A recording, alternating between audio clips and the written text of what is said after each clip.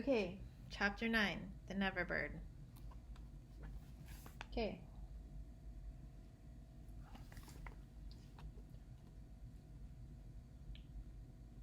The last sounds Peter heard before he was quite alone were the mermaids retiring one by one to their bedchamber under the sea. He was too far away to hear their doors shut, but every door in the coral caves where they live rings a tiny bell. When it opens or closes, as in all the nicest houses on the mainland, and he heard the bells.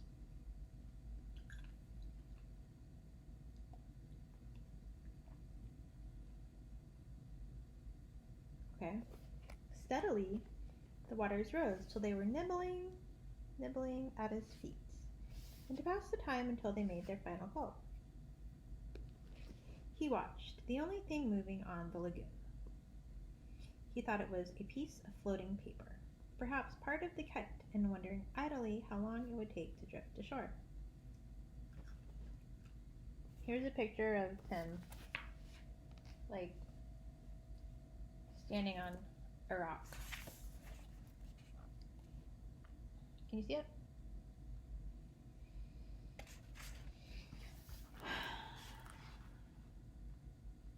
Okay. Presently, he noticed, as an odd thing, that it was undoubtedly out upon the lagoon with some definite purpose. For it was fighting the tide, and sometimes winning, and when it won, Peter, always sympathetic to the weaker side, could not help clapping.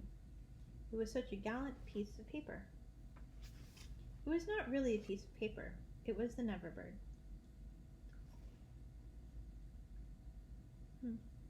That's not nice. So, it was not really a piece of paper. It was the Neverbird, making desperate efforts to reach Peter on her nest. By working her wings in a way she had learned since the nest fell into the water, she was able to some extent to guide her strange craft. But by the time Peter recognized her, she was very exhausted. She had come to save him, to give him her nest, though there were eggs in it. I rather wonder at the bird, for though he had been nice to her, he had also sometimes tormented her. I can suppose only that, like Mrs. Darling and the rest of them, she melted because he had all his first teeth. Which is kind of gross on an adult. I've seen it. She called out to him what she had come for, and he called out to her what was she doing there. But of course neither of them understood the other's language. In fanciful stories, people can talk to the birds freely, and I wish for the moment I could pretend that this was such a story, and say that Peter replied intelligently to the Neverbird. But truth is best, and I want only to tell what really happened. Well, not only could they not understand each other, but they forgot their manners. I want you to get into the nest, the bird called, speaking as slowly and distinctly as possible. And then you can drift ashore, but I am too tired to bring it any nearer, so you must try to swim to it. What are you quacking about? Peter answered. Why don't you let the nest drift as usual? I want you, the bird said, and repeated it all over. Then Peter tried, slow and distinct. What are you quacking about, and so on. The Never bird became irritated. They have very short tempers. "You dunder-headed little jay," she screamed. "Why don't you do as I tell you?" Peter felt that she was calling him names, and at that venture he retorted hotly, "So are you." Then, rather curiously, they both snapped out the same remark, "Shut up, shut up." Nevertheless, the bird was determined to save him if she could, and by one last mighty effort she propelled the nest against the rock. Then up she flew, deserting her egg so as to make her meaning clear. Then at last he understood and clutched the nest and waved his thanks to the bird as she fluttered overhead. It was not to receive his thanks, however, that she hung there in the sky. It was not even to watch him get into the nest. It was to see what he did with her eggs. There were 2 large white eggs, and Peter lifted them up and reflected. The bird covered her face with her wings so as not to see the last of her eggs, but she could not help peeping between the feathers.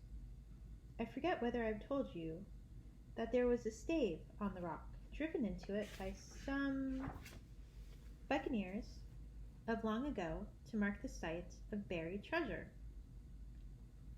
The children had discovered the glittering hoard, and when in mischievous mood used to fling showers of moidores, diamonds, pearls, and pieces of 8 to the gulls, who pounced upon them for food, and then flew away, raging at the scurvy trick that had been played upon them.